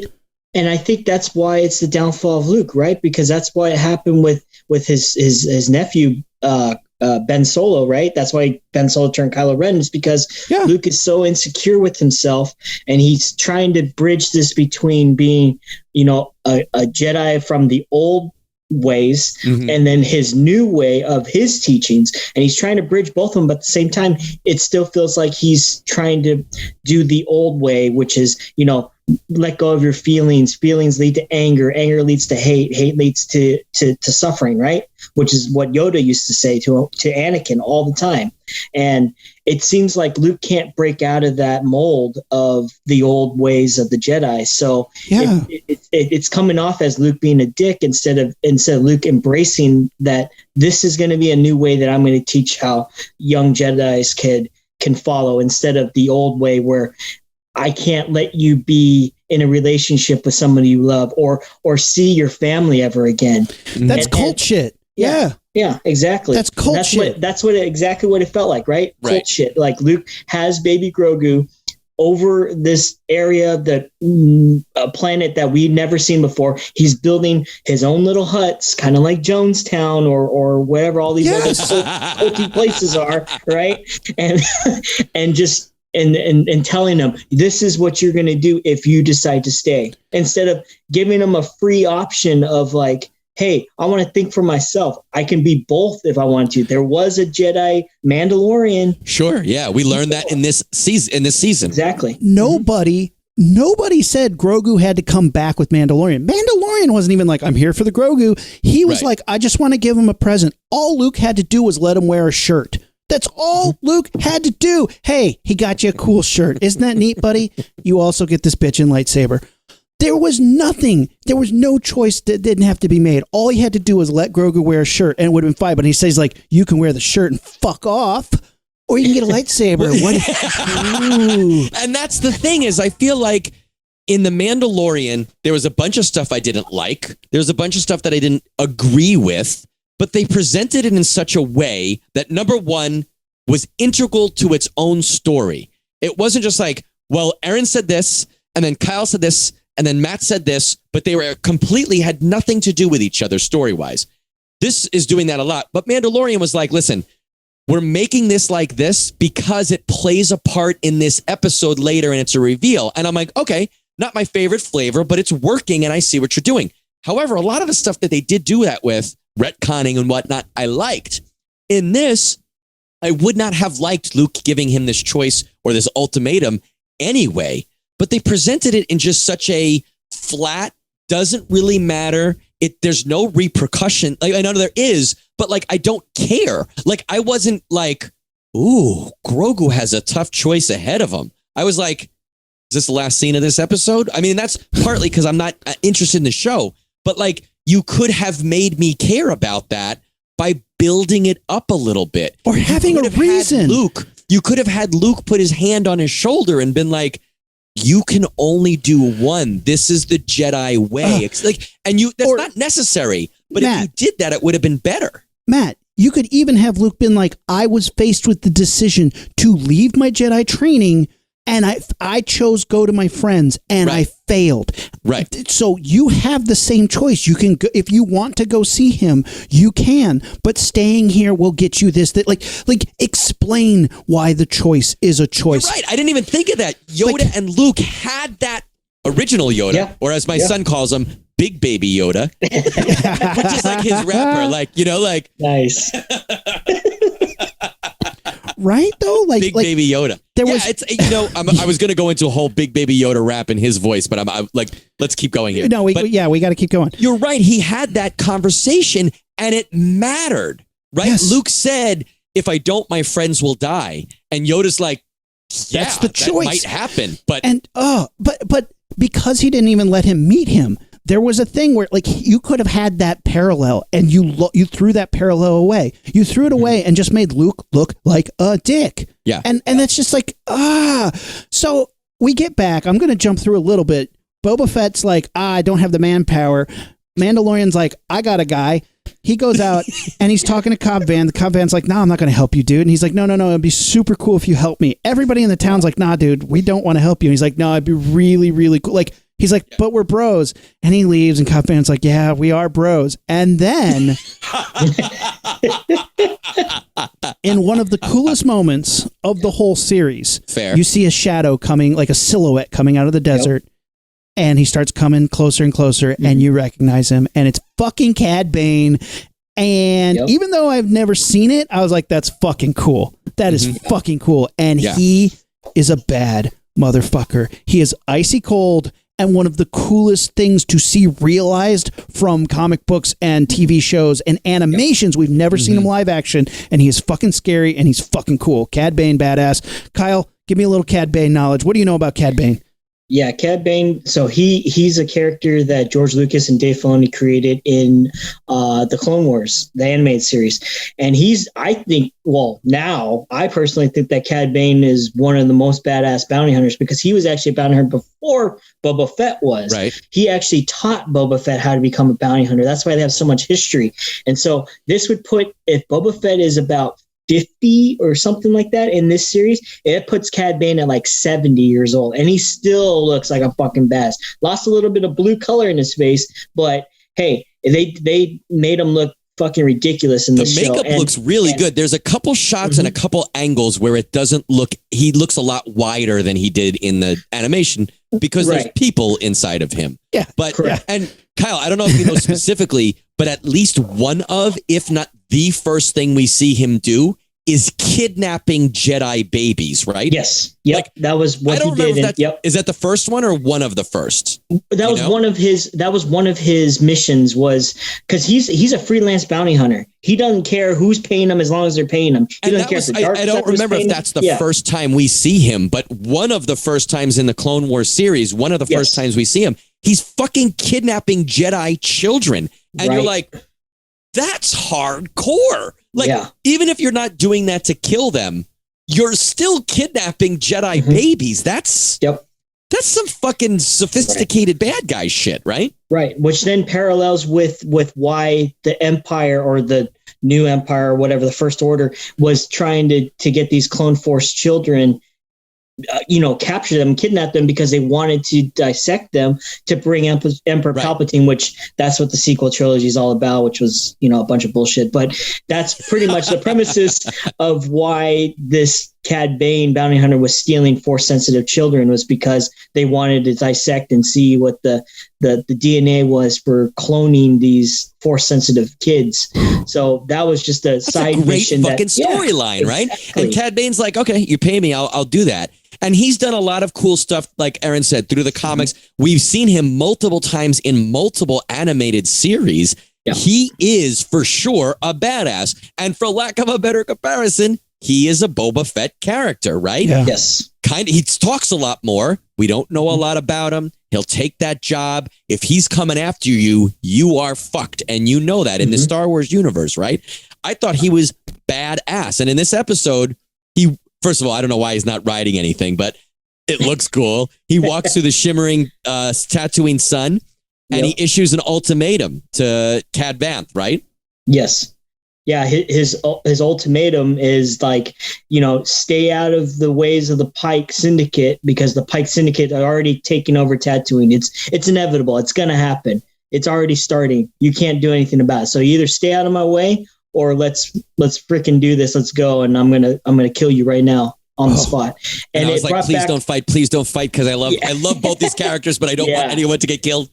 Right. And I think that's what a lot of the fans were like, oh shit, one of them is going to die. It's either going to be Cad or it's going to be Cobb. And obviously Cobb doesn't have the armor. And it's like when Cad Bane gave him that last line, like, you should have kept your armor. You should have kept the armor. You were like, oh shit, Cobb's going to get shot. Also story-wise, like, I know Cad Bane's not going to get killed here. Exactly. Oh. And not by Cobb Vanth, right? So you're going to think that, it's going to be a death that's worth giving to the fans, not just Cobb Vanth shooting them. And but cold, man, great Western style shootout. I mean, Cad Bane is based off the ugly, right? Yeah, it was a reference to the good, the bad, and the ugly. Because Cad Bane is based off of Clint Eastwood. Like he literally, he's based Angel Eyes. Lee Van Cleef. Lee Van Cleef. Yes. Interesting. Yeah. He's directly based off of Lee Van Cleef because of the hat in that specific movie, but in general. Yeah, and then the deputy was the deputy ugly dog right? comes out. He's like, "Should I be involved?" And Cobb Vanth is like, "No." He's like, "Well, I'll talk some shit to Cad Bane," and he's like, "You should go inside." Yeah, but they leave us with Cobb Vanth lying on the ground and all his people like, "Oh shit!" And you're like, "Damn, dude!" And he does look like he gets winged, right? It looks like he gets spun by the bullet, by the laser blast. So you think he's probably still alive. I'm hoping he is. I hate to say it, we are cruising at an hour and a half, so it's fine. We can break it into 2 episodes if you want. We can break it into 2 episodes, but I just hope we can get through this episode 7. This is an awesome episode because it delivered on the promise that I asked for. You got to buy the Blu-ray now, right? Yeah. I always say when I do SMS, if like we'll be watching an SMS movie and it'll be terrible, and I'll be like, all right, if that washing machine eats that guy, I'll buy this on Blu-ray. And then sometimes that shit happens, and I'm like, I said it. Okay. I got to buy the Blu-ray. I mean, that's what happened. So this episode does deliver for you, Aaron. So you have to buy the Blu-ray. I have to buy the Blu-ray. Well, R2-D2 shows up with Grogu at what's her face's Pelimoto. And I'm like, oh, good, just what I wanted. Obviously the crime syndicates betray everybody, and they start fighting the Wookiee. Okay, that's cool. They start shooting at the mods. Hope they die. There's like a big fight where like there's Boba Fett has people stationed in multiple places around the city, and they are having multiple battles in multiple times, right? Yeah. Yes. It's cool, but then we get into this situation where these Scorpionic droids show up, and we have like 20 minutes of people like, oh my God, their armor's not coming down. Pew, pew, pew, pew, pew, pew. And it's just the shields, and you're like, I've played enough video games to know this isn't going to work. You have to wait till their shields deplete, and then you get it. But we're not going to, like, they take forever to do it. It's a very big, broad-scoped episode. You have the Wookiee fighting people. You have the different forces fighting people. You wonder if they're going to get back up. The Pikes are fighting people. It's a pretty cool, like, fucking gun down thing. It's fun. It But- definitely feels like a Godfather type feel, right? When the one brother or son or whatever it is gets trapped at the toll road, Yeah, and they yeah, all yeah. just Sonny gets appear gunned around down. them and then just freaking gun them down. That's how I felt like with every single one of those groups, right? The Transoceans with Black Chrysanthemum, freaking the dog guys around the pig warriors, and Yeah. and then the mods getting trapped by the Spider faces. the spider looking faced guys, right? Walrus. So yeah, walrus. So at that moment you knew like, oh shoot, something's going to go down, right? And they're all like planning this and all the heads, and you're like, okay, this is where the turn is going to happen, and that's exactly what happened. So I mean, and just when you think it's all is lost, which you're like, obviously it's not, but I didn't expect this. Just when you think all is lost, you got Mandalorian is about to get murdered by a Scorpionic droid. He knows Grogu's back. They're hanging out.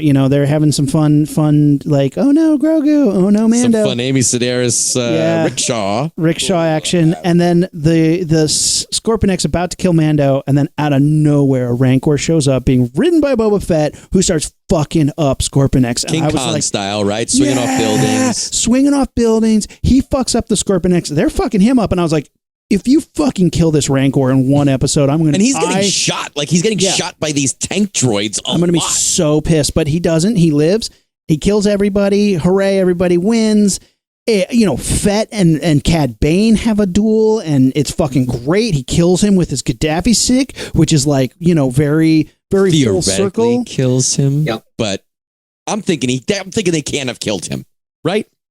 I'm thinking the little beeper, the little red beeper on his coat was flashing. I don't know if you guys saw that. Yeah. And they're thinking maybe that, okay, so in the Bad Batch, which was another animated series that came out after the Clone Wars by Dave Filoni, he has a little robot named Toto, and he's voiced by I forgot his name. Dorothy.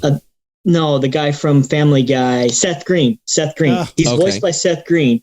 And this little robot Toto is like his little sidekick. So I'm thinking that little beep on his chest plate, Cad Bane's chest plate, is calling to probably that robot. We didn't see him.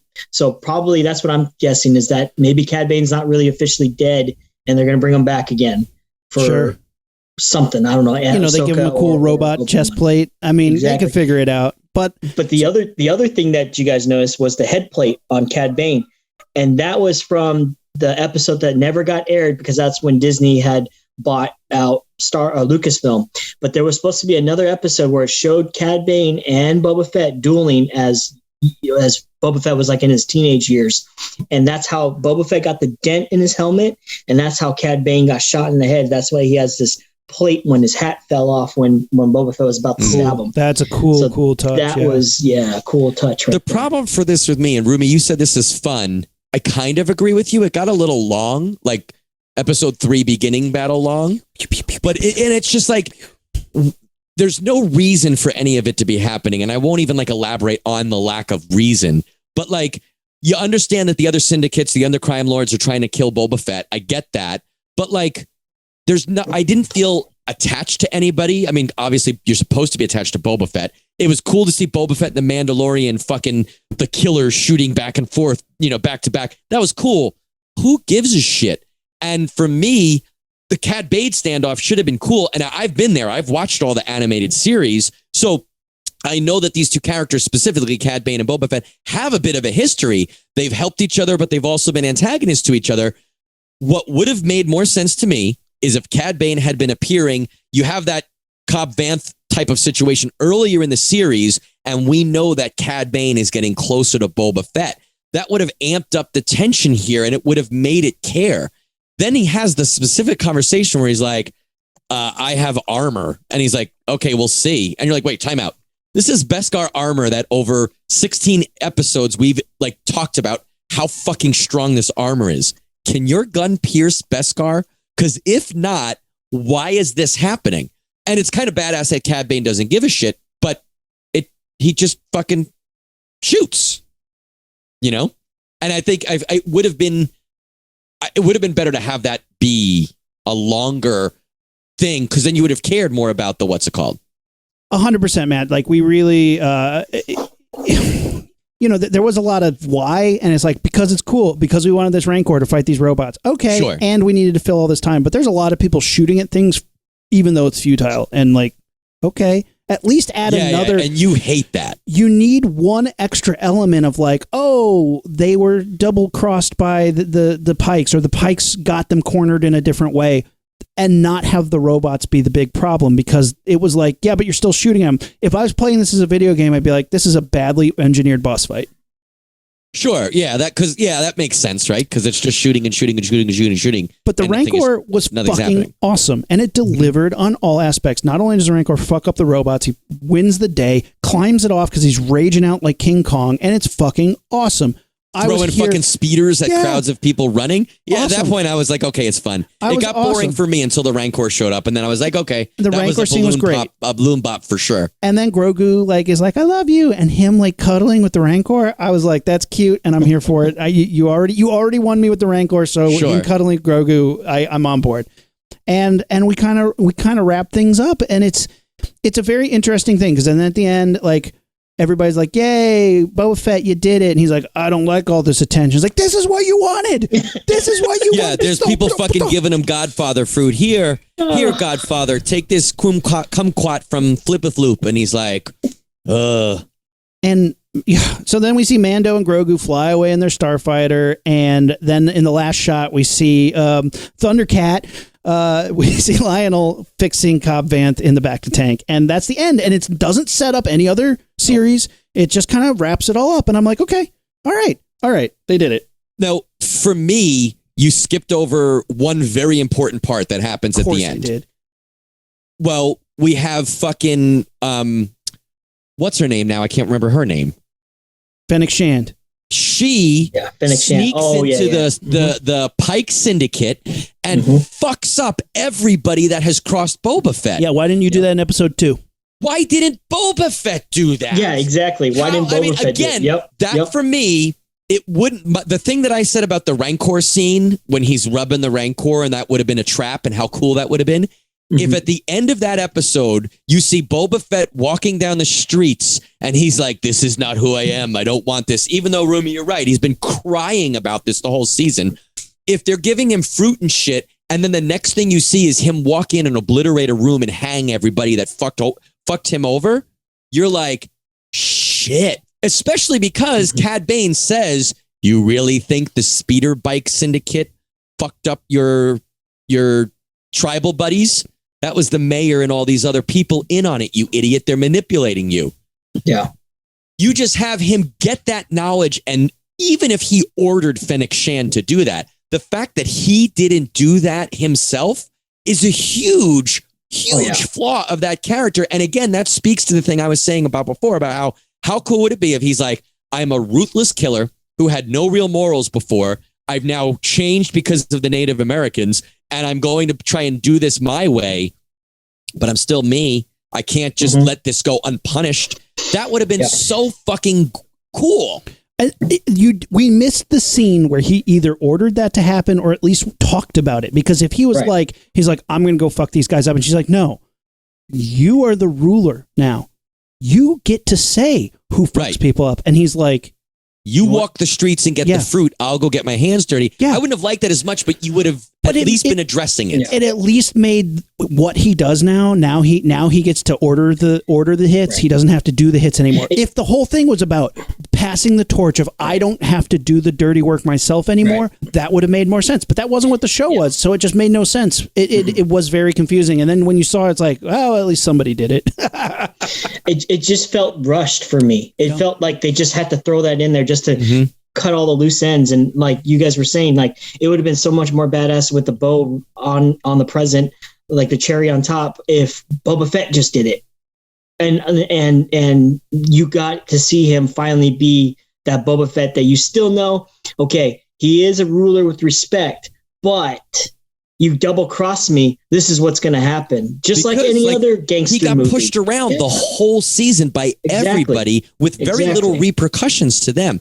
Like talk about Godfather. How cool if at the end, every one of those guys in the room, there was 5 or 6 of them, What if each one got killed by somebody? Mando killed him, Boba Fett killed him, Fennec Shand killed him, Chrysanthemum killed, like The Godfather, where they each got killed in a different place at exactly the same time. You don't even have to have Boba Fett involved. Boba Fett could be at a fucking christening. You know, it would make, how cool would that have been? Preferably while a Rolling Stones song plays, or perhaps a Layla, the piano reprise. Well, you have that, and I think that's a huge fucking miss in this series that would have made a big deal. The other thing that's a huge deal, and I talked about this with a friend of mine, was you have now kind of shoehorned this whole Grogu is back with the Mandalorian in, and we'll start probably Mandalorian season 3 with them already together. We didn't even see Grogu make that crucial choice. And they literally like met each other kind of in/during a fight scene to get back together. And you're like, there was no, you didn't tell the stories about what they were like separate. We didn't really see a really good rejoining. And that's a huge moment. Think about how big it is for Grogu to say, I'm turning my back on my Jedi training to do this. There's no feeling there. For them to be reunited in like a, oh, look who's here. Look who showed up, dude. Blah, whoa. Zin, and it's zin, almost zin. like the last episode of Mando season 2 does not like, remember when we saw that fucking X-Wing and when Luke was fucking cutting down those droids, we were like, what? And he's like, I will take the child. Now he just fucking is back. And it takes some of the power away from what's already happened, let alone the story of how they came back together. Season 3 theoretically should have been them working their way towards each other, right? Now what I feel like it's going to be disappointing is going to be the same thing like the Book of Boba Fett. You're going to have to do all these flashbacks to show Grogu's progression from when Luke took him to training him to making that ultimate decision of whether or not he wants to be a Jedi or a Mandalorian, go back to Din Djarin. You're going to have to do this whole stupid flashback thing again. And don't get me wrong, some of the flashback imagery in Boba Fett was good, but you're going to do the same exact principle now for the Mandalorian season 3 to explain and have to catch up all the way to that point now. And that's if they even do that, right? It really skipped over some major parts. And that's the thing. You didn't get to see the choice. You didn't get to see any of the pieces. We didn't earn it. They didn't earn it. They just threw it back at you. And that's another thing is there were so many lines in this that are just so cliche. Like somebody's about to be killed. Your buddy jumps up and like shoots everybody in front of you. And you go, hey, thanks. When the mods did that, like Fennec Shand saves the mods and they go, hey, and she stops and looks at him. And I was just like, oh my God, my eyes rolled harder. Now, if you had set up before that the mods didn't trust Fennec Shand and Fennec Shand didn't trust the mods, and that was a reoccurring thing, that line would have had more weight. It would have meant something. Yeah, but the stop somebody just to say thanks is so hackneyed at this point. I agree. It's so cliche. Don't do it. Don't do it. Don't do it. It's so cliche. And then don't take your impenetrable helmet off in a battle. Right. Spider-Man, Captain America, fucking Iron Man, everybody. Anyway. I know. Yeah. Anyway. My main thing with this is just that thing I read online where some guy said, if you wrote the book of me, you would all be in it because you're my friends and you're all tangent. I get that. But I feel like Boba Fett was a crucial part of his own story. There was no huge arc.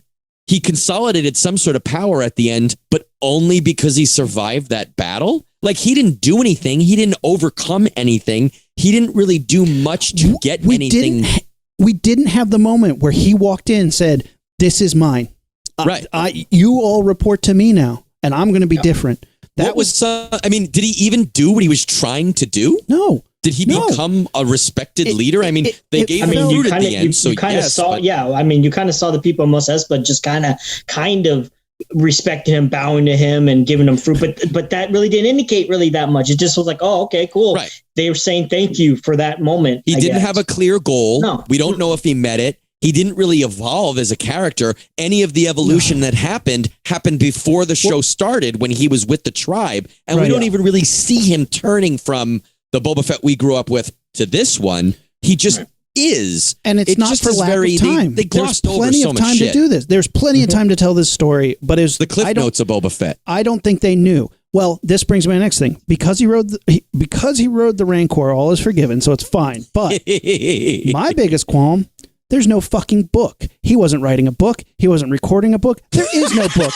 Hey, do you guys remember a little movie called Blair Witch 2, Book of Shadows? And there's not a fucking book in it?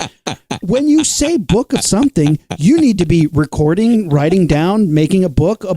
There needs to be. There was no book. You literally, okay, there was a Book of Boba Fett, just like there's like the when they did like Tales from the Jabba's That's Palace. what it should have been. Yeah. Yes. Tales from Jabba's Palace, Tales of Boba Fett, Tales of Tatooine, Tales of Mos Espa, anything. But when you call it Book of Boba Fett and there's no like reason for it to be recorded. There's no narrative recording of something. There's no narrative. There's never him like being like, there was never even the thing is like the Back to Tanks recording my dreams.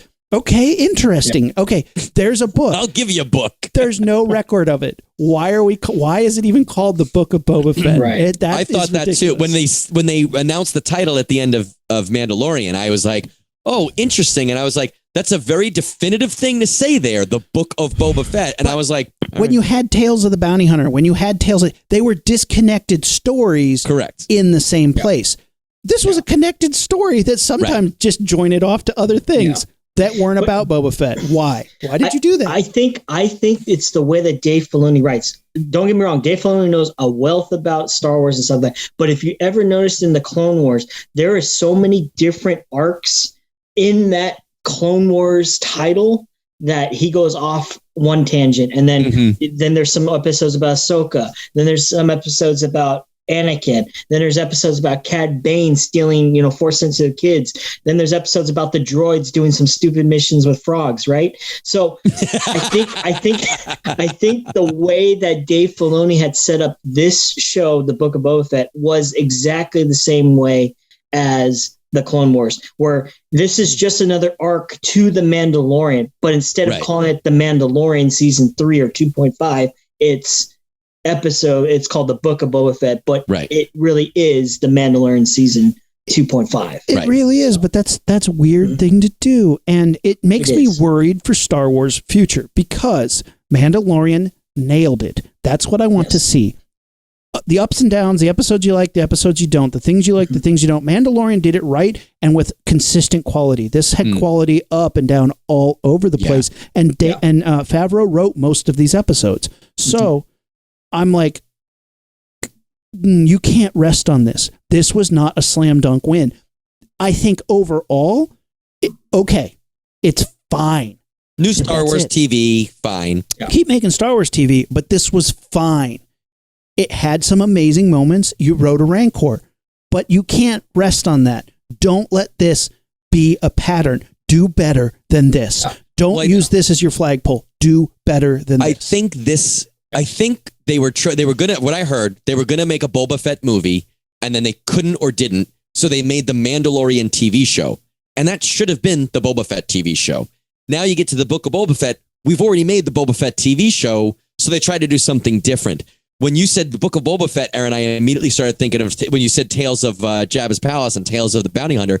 How cool if it was just a non-connected, episode by episode, not in linear order, random stories about Boba Fett. One time he was hunting this. One time he got ambushed by this. One time this happened. And it would be so cool if it was told out of order and it was like flipping through the pages of a book. That would be interesting. It's kind of what Mando was, right? So if they did that, it might be satisfying, or we might be sitting here bitching because we already saw it in Mandalorian. But I don't know. I feel like anything would have been a little bit better than this.